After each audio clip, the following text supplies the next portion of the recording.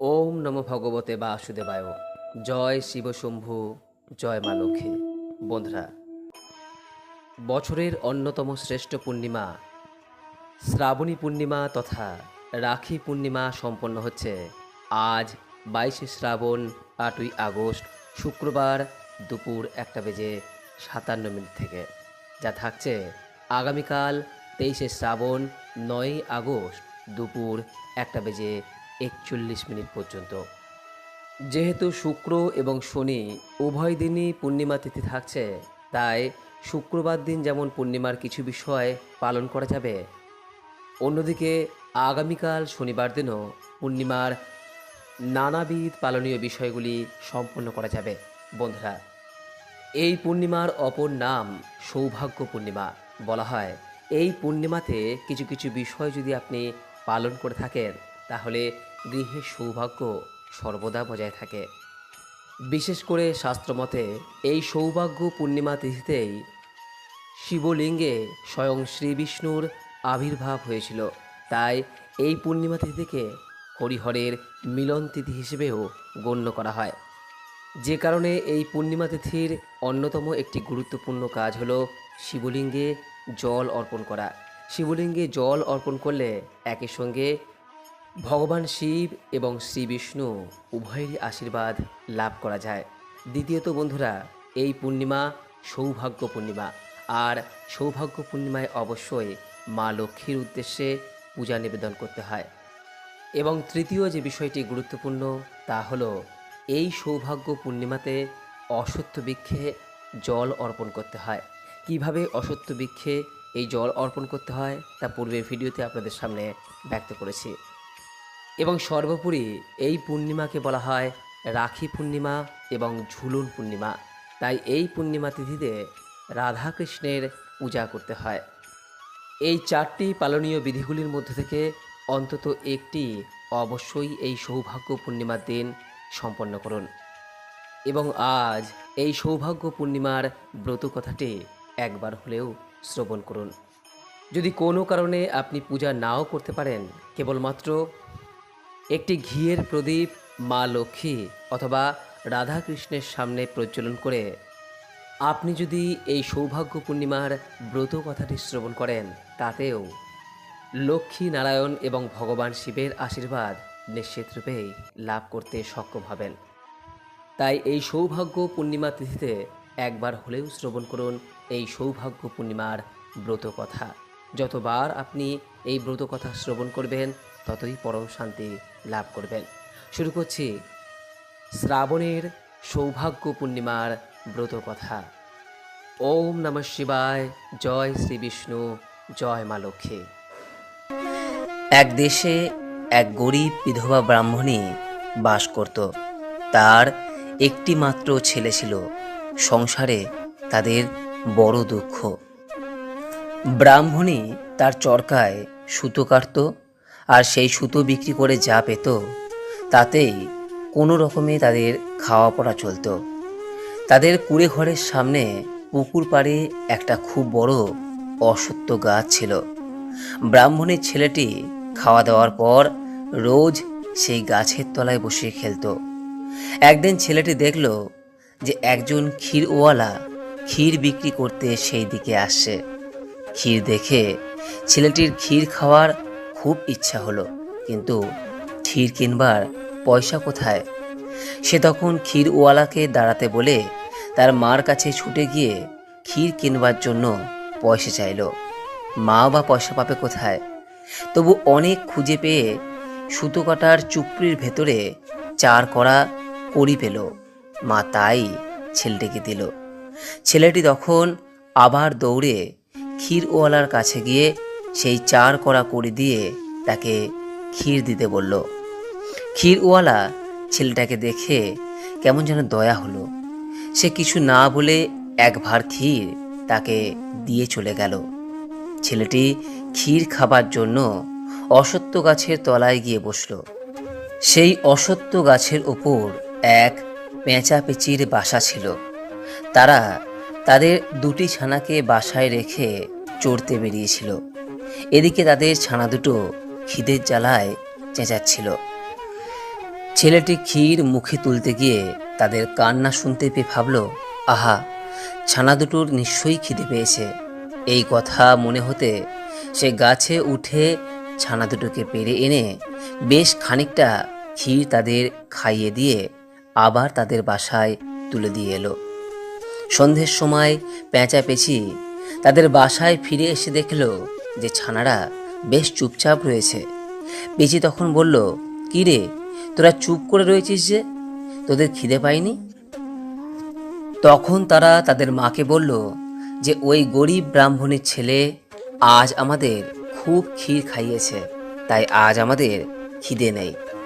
ছানারা আরও বলল, মা, ওই ছেলেটি খুব গরিব, সে অনেক কষ্টে ক্ষীর পেয়েছিল, তবুও তাই থেকেই আমাদের খাইয়েছে, ওদের উপকার তোমাকে করতেই হবে। পেঁচি বলল, বেশ, ওদের যাতে আর দুঃখ না থাকে তার ব্যবস্থা আমি নিশ্চয়ই করব। এবার যখন ছেলেটি খেলতে আসবে তখন তোরা তাকে বলবি ভোরে এখানে আসতে, তাহলেই হবে। পরের দিন ছেলেটি আবার বিকেলে যখন খেলতে এলো তখন পেঁচাপেচির ছানা দুটো তাকে ভোরে আসতে বলে দিল। পেঁচাপেচির ছানাদের কথা মতো পরের দিন ছেলেটি ঠিক ভোরে এসে উপস্থিত হলো। ছেলেটিকে দেখে পেঁচাপেচি তাকে ডেকে বলল, দেখো বাছা, তুমি আমাদের ছানাদের খাইয়ে আমাদের খুব উপকার করেছো, তাই আমরাও তোমার উপকার করতে চাই। তোমাকে আজ আমরা এক জায়গায় নিয়ে যাব, সেখানে অনেক ধনরত্ন দেখতে পাবে, আর সেই ধনরত্ন তারা তোমাকে দিতেও চাইবে, কিন্তু তুমি বলো যে ধনরত্ন আমার কিছুই চায় না, আমি শুধু তিল ধুবড়ি চাই। এখন আমার পিঠের উপর উঠে চোখ বুজে বসে থাকো। ছেলেটি তখন পেঁচির পিঠের উপর বসে চোখ বুজে রইল। পেঁচি তখন তাকে নিয়ে উড়তে উড়তে স্বর্গে লক্ষ্মীনারায়ণের কাছে গিয়ে হাজির হলো। পেঁচি এইবার তাকে চোখ খুলতে বলল। ছেলেটি চোখ খুলতেই দেখল একটি সোনার সিংহাসনে লক্ষ্মীনারায়ণ বসে আছেন। সে তখনই মাটিতে মাথা ঠেকিয়ে তাদের প্রণাম করল। লক্ষ্মী তখন বললেন, বাছা, তুমি কে, কোথায় থাকো, এখানে কেন এসেছো, আর কি চাও তুমি? ছেলেটি বলল তখন, মা, আমরা বড় গরিব, আমাদের দুঃখ ঘুচিয়ে দাও মা। লক্ষ্মী তখন তাকে স্বর্গের ধন ভাণ্ডারে নিয়ে গেলেন, আর তার যা যা নিতে ইচ্ছে হয় তিনি নিতে বললেন। ছেলেটি তখন বলল, না মা, আমি এসব কিছু নিতে চাই না, আমায় তিল ধুবড়ি দাও মা। লক্ষ্মী তখন হেসে বললেন, আচ্ছা, এই নাও তিল ধুবড়ি, একে রোজ খুব ভক্তি করে পুজো করবে, তাহলেই তোমাদের আর কোনো দুঃখ থাকবে না। ছেলেটি আবার লক্ষ্মীনারায়ণকে প্রণাম করে পেঁচির পিঠে চড়ে চোখ বুজে বসে রইল। পেঁচিও অল্প সময়ের মধ্যে তাকে সেই অশ্বত্থ গাছের তলায় এনে নামিয়ে দিল। ছেলেটি তখনই ছুটে বাড়িতে গিয়ে তার মাকে সমস্ত কথা জানালো। ব্রাহ্মণ দেখল তার পরের দিনে ভাদ্র মাসের বৃহস্পতিবার। সে আর কাল বিলম্ব না করে লক্ষ্মী পুজোর আয়োজন করল। সকালবেলায় স্নান করে শুদ্ধ হয়ে ব্রাহ্মণে খুব ভক্তি ও নিষ্ঠার সঙ্গে তিল ধুবড়ির পুজো করল। এরপরই তাদের উপর মা লক্ষ্মীর দয়া হলো। তাদের কুড়ে ঘরের জায়গায় সুন্দর কোঠা দালান হলো। জমি জমা, পুকুর, মাছ, ধন রত্ন, দাস দাসীতে ভরে গেল তাদের বাড়ি। তাদের আর কোনো দুঃখ রইল না।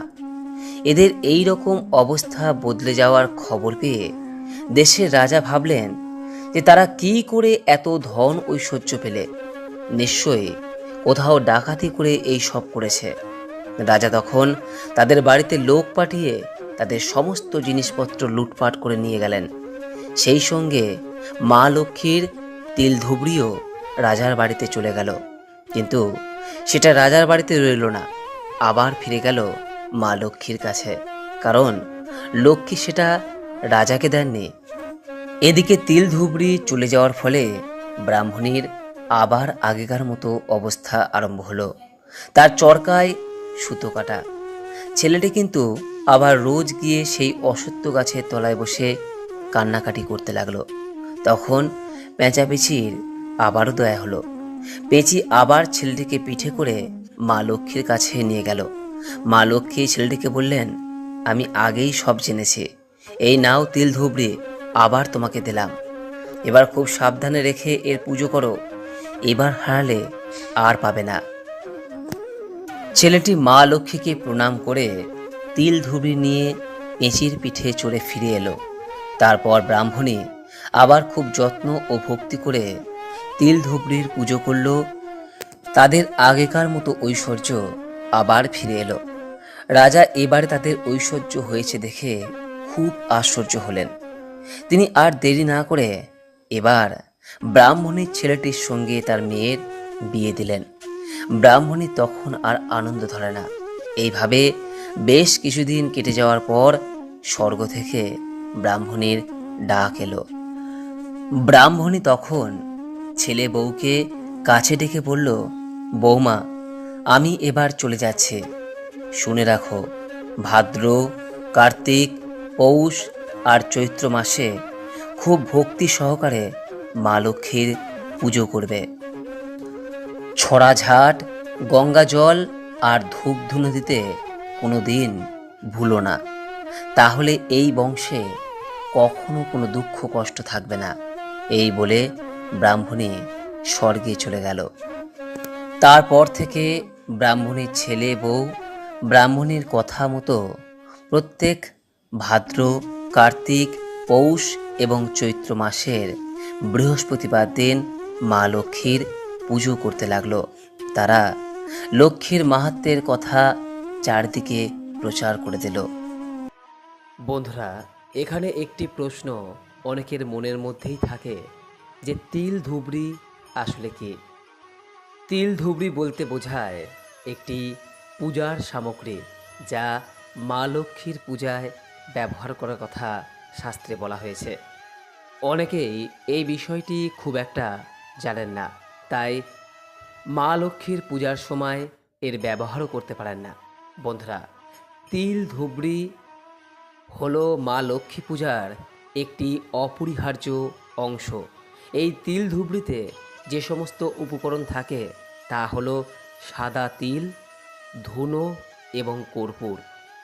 এই যে তিনটি সামগ্রীর কথা বলা হলো, অর্থাৎ সাদা তিল, ধুনো এবং কর্পূর, এই তিনটি সামগ্রী একটি পাত্রে রেখে পুজোর সময় জ্বালানো হয়, যা মা লক্ষ্মীকে প্রসন্ন করে।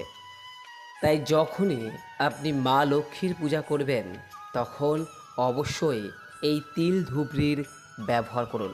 বিশেষ করে এই সৌভাগ্য পূর্ণিমার দিন মা লক্ষ্মীর পূজার সময় এই কাজটি যদি করতে পারেন তাহলে নিঃসন্দেহে আপনার গৃহে সৌভাগ্য আসবেই আসবে। আর হ্যাঁ, অবশ্যই চেষ্টা করুন প্রত্যেক বৃহস্পতিবার দিন মা লক্ষ্মীর পূজা সম্পন্ন করতে। আশা করি দর্শক বন্ধুরা এই সৌভাগ্য পূর্ণিমার ব্রত কথাটি শ্রবণ করে আপনাদের ভালো লেগেছে। আজ যদি আপনি শ্রী শ্রী সত্যনারায়ণ ব্রত করেন, তাহলে যদি সত্যনারায়ণ ব্রত কথা শ্রবণ করতে চান, ওপরে দেওয়া এই ভিডিওটি দেখতে পারেন। সকলেই ভালো থাকুন, সুস্থ থাকুন, এই কামনা করে আজকের মতো ভিডিওটি এখানেই শেষ করলাম। নমস্কার, ধন্যবাদ। ঈশ্বর আপনার মঙ্গল করুক।